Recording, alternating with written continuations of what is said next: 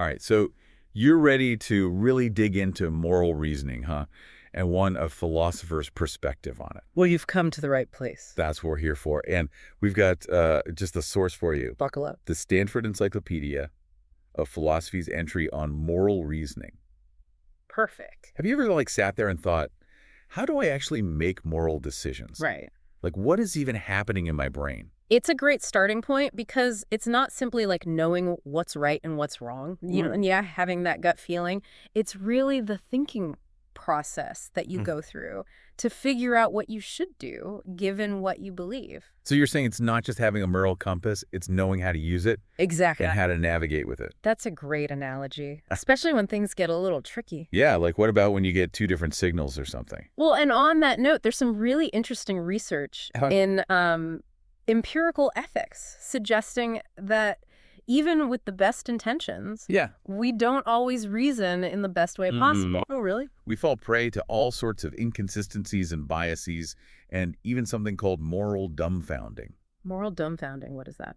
It's basically when you can't provide reasons for your moral intuition. So you know something feels wrong, but you don't know why. That's a great way to put it, yeah. Yeah. It's like the brain's on autopilot. Right. And we're just reacting. Huh, interesting. Okay, so what role do feelings play in moral reasoning? Oh, a huge role, actually. Really? Because I was thinking like, oh, feelings, that's not very philosophical. You might seem that way, but emotions and perceptions are actually very much intertwined with moral reasoning. Okay. Because before you can even reason about an issue, Right. you need to recognize that it's a moral issue at all. I see. And that recognition is what philosophers call moral uptake. Moral uptake. Exactly. So you're saying, like, we need to train ourselves to see the world through a moral lens to pick up on things we might miss otherwise. Exactly. That's a great way to put it. Yep. And that training involves cultivating our emotions as well. Interesting. Okay, so I'm thinking like empathy. Exactly. Or maybe guilt. Exactly, those kinds of things. And this leads to a big debate in moral philosophy about what is the role of emotions in relation to reason. Okay. Are they helping us see moral truths? Right. Or are they clouding our judgment? Okay, so it's like a philosophical puzzle then. It is. Is there anything like any tools that philosophers have come up with to help us reason morally? There are, and that brings us to moral principles. Moral principles. Yeah. Hey, I'm suddenly back in ethics class. Ah, yes. But, yeah, I always thought, like, aren't those just rules? And don't rules always have exceptions? Sure. Like, can't you just decide what feels right in each situation? So that gets to a view called moral particularism that says there's no need for general principles. Right. And that every situation is unique and you judge it on its own merits. So no universal rules then, just gut feelings. Well, it's more nuanced than that because even if we don't spell out our principles, we might be applying them subconsciously. Like rules of thumb almost. Exactly, like honesty. Okay. You know, we might say generally lying is wrong. Yeah. But then you encounter a situation where telling the truth could have really bad consequences. Right. Or maybe like if someone got a really bad haircut and they ask you, what do you think? Well, maybe. But think about like protecting someone from danger. Right. Okay. Yeah, that's much more serious. So in those cases, we might lie to prevent harm. So honesty then is more of a guideline than a hard and fast rule. Exactly. And moral reasoning is about figuring out Okay. how to apply those guidelines in complex situations. Okay. But how do we choose which principles to apply in any given situation? So that gets to the heart of it. Moral reasoning is really about figuring out which considerations are more important. So it's not just blindly following rules, but figuring out which rules matter most. Exactly. It's like a moral balancing act. Oh, And one of the tools we use for that okay. is reasoning by analogy. Reasoning by analogy. Okay. Comparing the current situation to other situations that we've experienced or heard about Interesting. to guide our judgment. So we look for similarities or differences. Exactly. Okay, so it's like moral storytelling in a way. Yeah, and there's a more systematic version of this called casuistry, Casuistry. where you compare the situation to these kind of paradigm cases, Okay. where the moral judgment is very clear-cut. So it's like building a case file using precedents. That's a great analogy because moral reasoning isn't always about finding the single right answer, but about finding the best fit with all the things that you believe. So this is all pretty complex. I mean, how do we even know if we're doing it right? Well, that question has kept philosophers up at night for centuries. Right, I bet. And it leads us to the next level of our deep dive, which is the connection between moral reasoning Yeah. and moral psychology. Moral psychology. Okay, now we're going deep. We are. What is the connection there? Well, it's one thing to reason our way to a decision, but it's another thing to actually make ourselves do it. Right. Or like, what if I get lazy?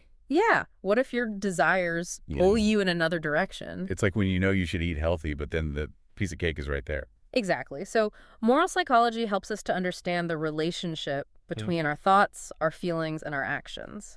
So not just having the moral compass, but having the willpower to follow it. Perfect analogy. Okay, so how do we actually bridge that gap then between, knowing what's right and actually doing it, especially when it's hard? Right. Well, a very influential view, going back to the philosopher David Hume, Okay. is that motivation ultimately stems from desires. Okay. We do things because we want to, Okay. whether it's for pleasure or self-preservation or some other kind of desire. Okay. So what if we don't desire to do the right thing? Then are we doomed? Well, Hume also talked about what he called calm passions Calm passions. that are involved in moral reasoning. Okay. And these are things like empathy or a sense of fairness Right.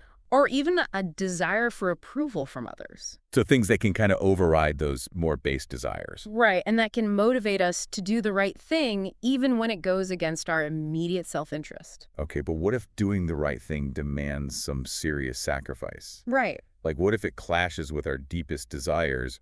Then what? Yeah, you're getting at something really important here. Okay. It seems that some of our motivations are based on principles or ideals Okay. that we come to value. So you're saying we can actually desire to be moral. Exactly. Wow. The philosopher John Rawls called these principle-dependent desires. Principle-dependent desires. Okay, so it's not just about the consequences, but about seeing morality as inherently valuable. So it's like acting according to your values even when it's tough. You got it. Okay, so then what happens when two really important principles collide? Ah, that brings us to prima facie duties. Prima facie duties, okay? Which simply means, at first glance, Okay. these are duties that we have reason to fulfill, unless they're overridden by a stronger duty in a particular situation. So it's like a moral hierarchy. You could think of it that way. Okay. Like, think about the conflict between keeping a promise and preventing harm. Okay, so like if I promise to meet a friend, but then I see someone who needs help. Exactly. In that case, the duty to prevent harm would probably override the promise. Okay, I see. So then how do we decide which duty wins? Well, unfortunately, there's no simple formula. Oh, okay. It involves weighing different considerations. So it really comes down to judgment. It does, but our judgments aren't arbitrary. Okay. They're informed by our perceptions and principles and the circumstances. So like a trained intuition, you could say. Exactly. Okay, cool. So can we learn to reason better morally then? That's a great question. And it brings us to the final point we'll discuss in this first part of the deep dive, Okay. which is the idea of moral learning and revising our moral views. Oh, this is a good one. How do we learn morally? Well, it's probably a bit like learning a language or a skill. Like, imagine you're learning a sport or a musical instrument. Right. It takes practice and feedback. And failing. Exactly. And moral learning can involve similar processes. Interesting. So we might encounter situations that challenge our beliefs, Right. or we might realize we could have handled something differently. I see. So moral learning is this ongoing process. It's not about sticking to those same old rules then. Exactly. It's about being open to new perspectives Right. and refining our understanding. So our moral compass is always evolving. That's a great way to put it. Okay, I like that. And this brings us to the end of part 1 of our deep dive into moral reasoning. Exactly. We've explored a lot of ground, from moral perceptions to the complexities of moral conflicts. We'll pick right back up with part 2. Can't wait. Until then, happy moral reasoning, everyone. Indeed. Welcome back to our deep dive into moral reasoning. Last time we were talking about how our moral views can, change over time, but what happens when we have to reason morally, not just by ourselves, but with other people? Yeah, that's a really important question, because moral reasoning is rarely a solo thing, you know? Right. We live in communities and our choices affect other people, so it's like, how do we navigate those shared moral spaces? Right. And I feel like that's just a recipe for disagreement. Like, how can you possibly reason together when everyone has their own perspective? It's a challenge for sure, but before we get to that, the complexities of reasoning as a group, Okay. let's think about a simpler scenario. What if the decision's being made not by a group of individuals, but by a company or an organization? Okay, so like something that can make decisions, but how can a company reason morally? It's not like it has a conscience or something. Right, but philosophers have explored this idea of group agents, Group agents, okay. which are collectives that are structured in such a way that they can act and make decisions. Including moral decisions. Exactly. Now, for a group to count as an agent, Okay. capable of reasoning, it has to be able to form beliefs about the way things are, Right. but also beliefs about those beliefs. Beliefs about beliefs. That's kind of meta. It is a bit meta, but think about it. To reason, you need to reflect on your own beliefs. Okay. See if they hold up and maybe change them based on new information. Right. If a group can do that collectively, Okay. then we might say it's a reasoning agent. Okay. I can see that. Right. But even if a group can reason like that, in theory, doesn't that open a whole new can of worms? What about bias? Or, some people having more power than others? You're bringing up some really important considerations, and that's where things get tricky. Philosophers like Christian List and Philip Pettit Okay. have argued that even in groups that are trying to be rational and impartial, Right. individuals might have incentives to misrepresent their true beliefs. Ooh, why would they do that? Well, imagine there's a really strong disagreement in the group, Okay. especially about something that's tied to values. Right. So individuals might feel pressure to conform or avoid being seen as dissenting. Oh, I see. So they don't want to rock the boat. Exactly, and they might even downplay their own views Right. just to reach a particular outcome. So even when everyone's trying to do the right thing, groupthink can get in the way. Unfortunately, yeah, and it's especially a problem when we're talking about moral issues, Right. where, people's values are really closely tied to their identity. Right. Okay, so reasoning as a group can be pretty difficult. But what if it's just like a few people trying to work through a moral problem together? Is there any hope of finding common ground, or are we just doomed to argue forever? Well, it can be challenging, especially when people have really different values. Yeah. But even then, open and honest dialogue can be valuable. But how if they're just talking past each other? What good does that do? Well, even if it doesn't lead to total agreement, it can help us understand different perspectives. Oh, okay. Maybe clarify our own thinking, Right. and even revise our views based on new insights. So it's not about winning the argument, it's about broadening our horizons. I- Okay, I can see that. Hmm. But let's be real. Sometimes moral disagreements are just impossible to resolve. People just dig in their heels and the conversation goes nowhere. What then? You're right. That definitely happens. And in those situations, it might be necessary to agree to disagree. Yeah. Find ways to coexist peacefully while respecting our differences. So moral tolerance then, Exactly. accepting that there might not be a single right answer. Right. Okay, so we've talked about individual moral reasoning and now how those perspectives interact with other people. But can we zoom out even more? Like, is there a way to think about moral reasoning on a global scale? That's an interesting question, and it brings up this idea of a global moral community. Can Sure. we think of humanity as a team working together? A good little team. Yeah, to solve these ethical challenges and create a more just world. That's a beautiful idea, but is it realistic with all the division in the world right now? It's definitely a challenge, but some philosophers believe that despite our differences, there are certain moral principles that are universally shared or at least aspired to. So you're saying there's hope for some kind of global moral consensus? It's complex, and there are different views on how it might work. Okay. Some philosophers, like Jürgen Habermas, think that open dialogue is crucial. Okay. They argue that through reasoned discourse, Yeah. we can find common ground, resolve conflicts, and come up with moral norms that are valid for everyone. So like a global town hall meeting. You could think of it that way, but it is a bit idealistic, right? The world's messy people have different values and priorities and experiences.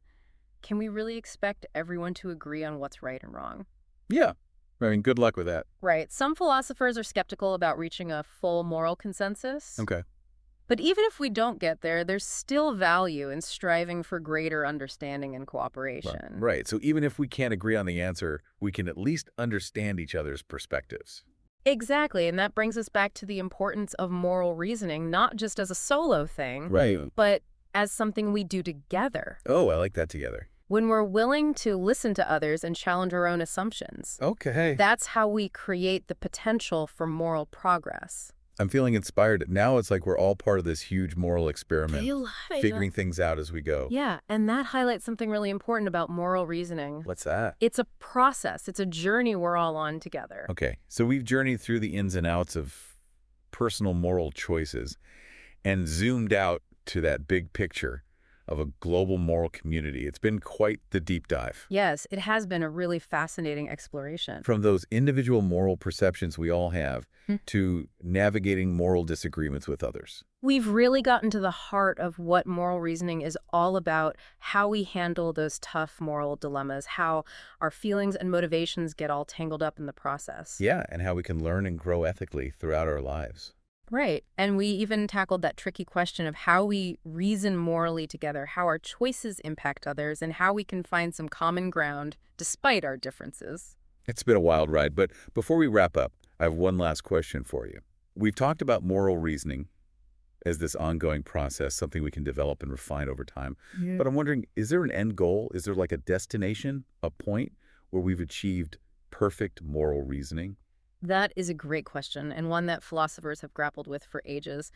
Some might say that perfect moral reasoning is like an ideal, something we aim for but never truly reach. Kind of like a moral enlightenment then. Exactly, a state of perfect ethical clarity and wisdom, but others might say that the very idea of perfect moral reasoning is flawed.